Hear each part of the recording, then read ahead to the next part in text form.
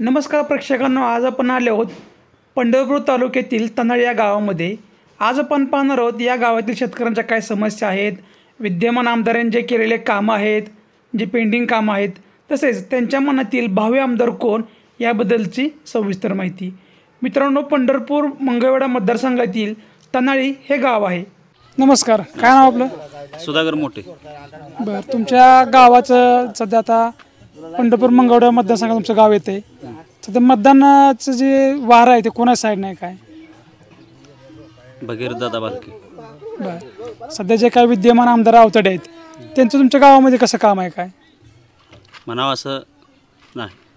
कोणता निधी वगैरे मंजूर करून आणलाय? रस्त्याचे काय कामं केलेत? लाईटचे काय सोय आणलाय, बोर्ड केले? लावलेत, फक्त बोर्डावर जायचं निधी. बरं, प्रत्यक्षात काय काम केलेलं नाही? कुठंतरी एका दुसरा रस्ता झालेला दिसतोय.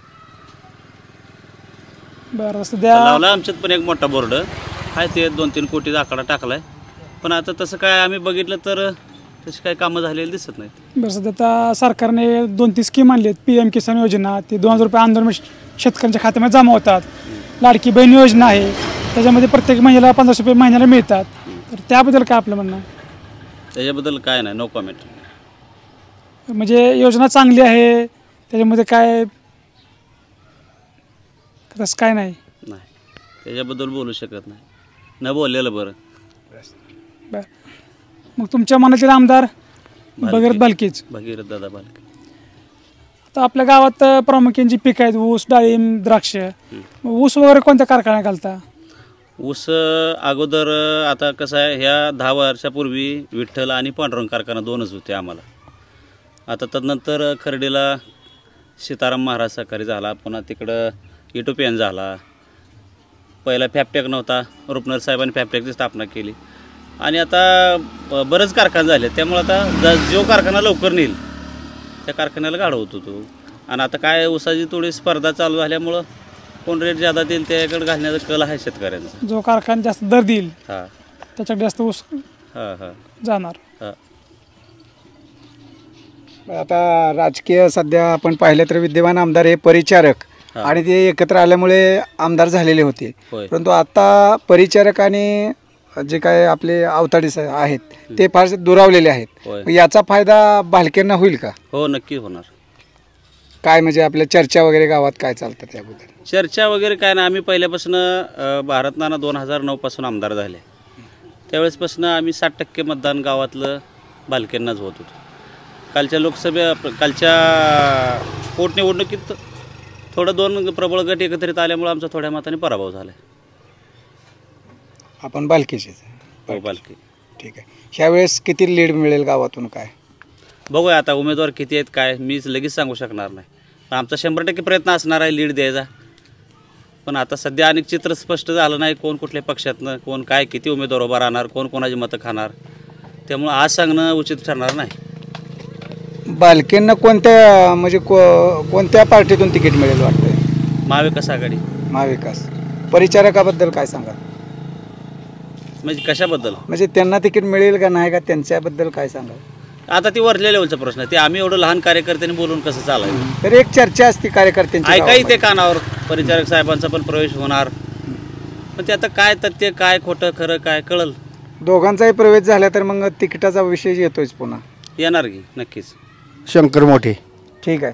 सध्या आपल्या गावाबद्दल सांगा. सध्या गावामध्ये काय अडचणी आहेत आपल्या? अडचण काय, कुठली कामं नाही, ती कामं झालेली नाही. ती कामं जे काय विद्यमान आमदार होते त्यांनी आपल्या गावाला वगैरे निधी देऊन असे काही कामं झाले? काय सोय नाही. काय झालं? काय सोय नाही. सरपंच कोणत्या पार्टीचा आहे आपल्या गावामध्ये? दोन्ही पार्टी, परिचारक ही भगीरथ बालके आणि परिचारक पार्टी. म्हणजे दोघांची युती झाली काय? ते म्हणजे दोन पार्टी. ठीक आहे. तर तुम्हाला काय वाटतं येणाऱ्या निवडणुकीमध्ये कोण निवडून येईल? आता ते शरद पवारने तिकीट दिली तीच कोण? शरद पवार ज्या व्यक्तीला तिकीट देईल तो व्यक्ती निवडून येईल. ठीक आहे. जे काय आपले विद्यमान आमदार आहेत त्यांचं कसं आहे काम सध्या? त्यांचं जे त्या तालुक्यात काम असणारच की. इथं आमच्या गावात तर काय नाही. तुमच्या गावामध्ये कमी आहे का? मग तुम्ही कोणाला, तुमची पसंत कोणाला असेल? भगीरथदादा बालके, परिचारक की अवताडे? भगीरथदादा. एकूणच गावातील मतदारसंघाच्या मनात काय, म्हणजे एकूण गावाचा पूर्ण कल कसा? भगीरथदादा. भगीरथदादा. त्यांच्या जुन्या आठवणीबद्दल काय सांगाल भालके? जुने त्याच्या वडिलांनी भरपूर कामं केली ना. तुमच्या गावामध्ये वगैरे काय गावात गेली, चौकडे गेली ती. बर, काय कामं केली होती काय सांगाल? कामं सगळी काय अडचणी होती ना. कुठं लाईटीचं म्हणा, एका तासात डिपो आणायचा रावायचा, अशी कामं केली ती. इथं काय आकडं सगळं डिपो सगळं नव्हतंच ना. त्या काळात काम भरपूर झाली ती. नानाच्या काळामध्ये नाना काळात काम भरपूर झाली ती ना. त्या नानामुळं भगीरथदादाला आहे. सध्या BJP सरकारने PM किसान योजना आणली आहे, लाडकी बहीण योजना आपल्या शिंदे सरकारने आणलेली आहे. तर काय सांगाल ह्या योजनांचा या निवडणुकावर काय प्रभाव पडेल का? काय सोय नाही. आम्ही 18,000 मटेरियल घेतलं, आमचं 2,000 त्यात कट होत्यात. टॅक्स बसतोय आमचंच आम्हाला देते तो. म्हणजे थोडक्यात त्यांच्या खिशातले न देता ते आपल्या आमच्यात. आता मला लाख रुपये मटेरियल लागतंय, लाखामाग आता टॅक्स बसतोय, ते आमचेच पैसे आम्हाला देते ती. ठीक आहे. तर म्हणजे त्या योजनेचा फारसा काय लाभ होणार नाही. काय सोय नाही, लाडक्या बहिणी सोय नाही. 90,000 नवऱ्याला पगार आहे तर बायको त्याला ऐकी नाही, आणि हे 1,500 बाई कशी ऐकायची? 1,500 रुपयाने एवढं काय फरक? एवढं 1,500 लाख रुपये बायको आता दिलं बायको ऐकी ना, पगार एवढा असून, आणि हे 15 दिवसाचं बाय खुलते का? बरं, आपल्या शेतीपुढील काय समस्या आहेत आणि सरकार त्या समस्या सोडवते? शेतकऱ्याला लाईट व्यवस्थित सोडली पाहिजे. त्याचं ते डिपो जळला तर तासात 2 तासात डिपो आला पाहिजे. शेतकऱ्याची सगळी अडचणच आहे. रातची लाईट सोडायची, 12-1 वाजता नदीला जायचं, ती मोटर चालू करायच्या, लाईट बरोबर सोडत नाही ती, करत नाही ती. नाना गेल्यापासून फार टंचाई लाईटी. लाईटीचा मोठा लाईटीची पोलीस स्टेशनला म्हणा कुठली का असून, नाना होता 5 वर्ष पोलीस स्टेशनला काय केस नव्हती. हे आता कुठं काय झालं तर किशी सगळं चालू आहे त्या. आता कसं असतंय, प्रत्येक राजकीय एक नेता असतो आपला. नाना एक तुमचा नेता म्हणून एक म्हणजे चांगले नेतृत्व होतं म्हणा. रात्री अपरात्री आपला फोन वगैरे ते निमेराचं फोन लावू द्या की, कोणी बी लावू द्यावा. इतर नेत्याची त्यांची अशी तुलना करता काय? नाही 5 वर्ष कुठला फोन बी नाही, येणे बी नाही, देणे बी नाही, आमदार झाल्यापासून. नाना बेस्ट होते. नाना म्हणजे फोन लावणार, निमेराचं वाटला गाडी उभा राहू द्या, काय अडचण नाही विचारणार. भगीरथ दादा भालके बद्दल काय सांगाल? भगीरथ दादावर बद्दल काय सांगाल? म्हणलं नाही, नानामुळे सगळे लोक येते. ते नानामुळे सगळे घटनाघट तटच आहे. बरं, अजून काय शेतकऱ्या समस्या आहेत आपल्या तरी काय सांगा? हेच काय लाईटी, दुसरं काय हो? रस्ते वगैरे आपल्या गावातले कसे आहेत? रस्ते काय नाही, कशाचे रस्ते आहेत? वाड्या वस्त्याचे वगैरे रस्ते? कुठले रस्तेच नाही, कुठे आहेत रस्ते नाहीत झाले. कुठं भरून टाकायचा जायचं निघून.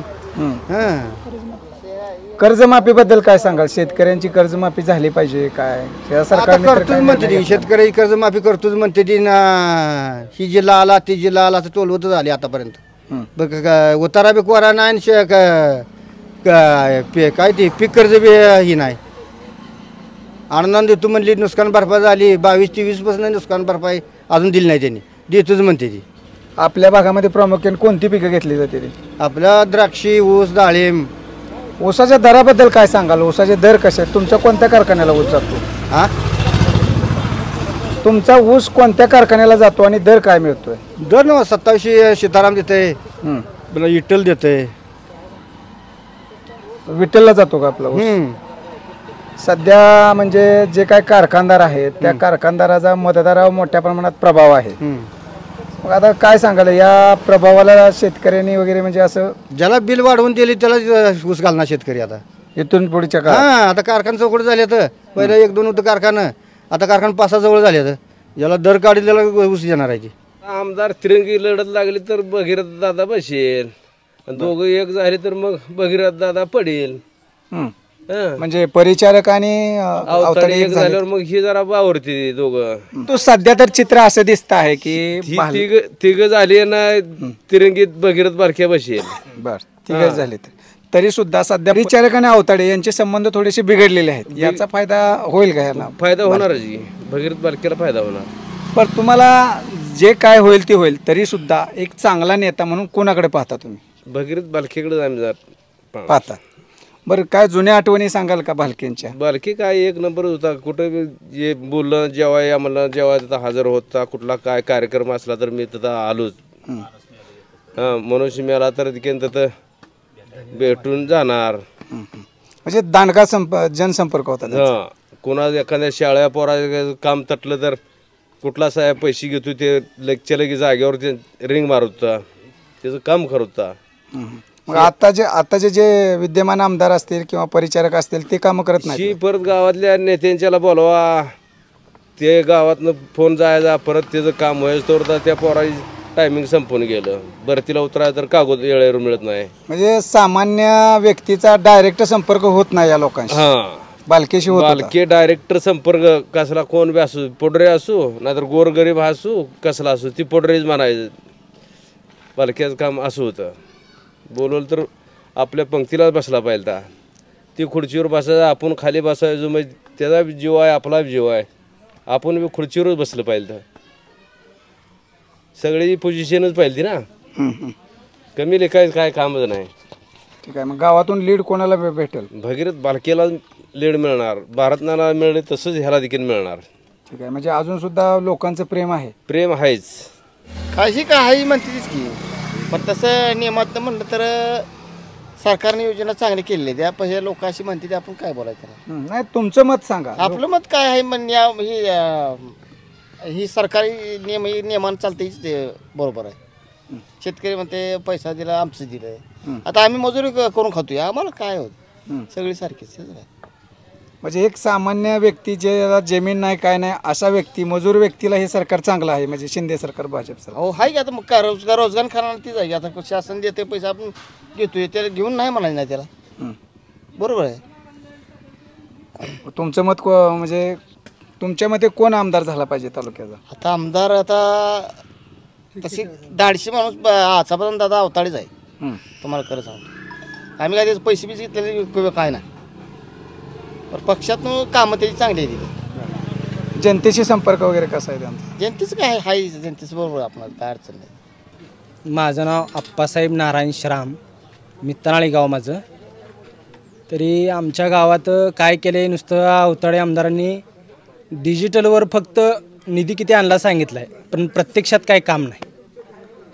आमच्या तनाळी ते श्राममाळा रस्ता खडीकरण झाले म्हणून सांगितले 10 लाख निधी आहे, परंतु 10 रुपयाचा सोमरून त्या रस्त्याला पडला नाही. अजून बॅनरवर आहे, त्यांनी छापले 10 लाखाचा निधी म्हणून, पण 10 रुपयाचा मुरुम सुद्धा टाकला आणि खडीकरण पण केलं नाही त्या रस्त्याला. बरोबर आहे, तुमचा प्रश्न बरोबर आहे. पण तुम्ही सुद्धा ते ग्रामसेवकडे वगैरे जाऊन प्रस्तावित आहे का? किंवा मग त्यांनी टाकायचं नाही ना. प्रस्तावित नसेल तर त्या डिजिटलवर छापायचं नाही ना. बरोबर आहे. प्रस्तावित नसेल तर काय करतं, डिजिटलवर छापायची त्यांची. काम केलं असेल तर तुम्ही छापा. बरोबर. लोकांची दिशाभूल करून काय उपयोग आहे त्याचा? त्यासाठी प्रत्यक्षात काम करायचं, डिजिटलवर छापायचं, लोकांना कळेल ना. नसेल तर तुम्ही प्रत्यक्षात येऊन रस्ते पाहणी करू शकता त्या. ठीक आहे. म्हणजे तो एकच प्रश्न आहे का तेवढा? म्हणजे नाही, असं बरंच प्रश्न आहे. ते गावातलं काय केलंय, दुसरे एक म्हणजे कॉन्क्रिटीकरण काम केलंय त्यांनी. आणि ते कामाचं म्हणजे अंतर सांगितले जास्त, पण प्रत्यक्षात काम एक अर्धा किलोमीटर सुद्धा झालं नाही त्यांचं गावातल्या कॉन्क्रिटीकरणात.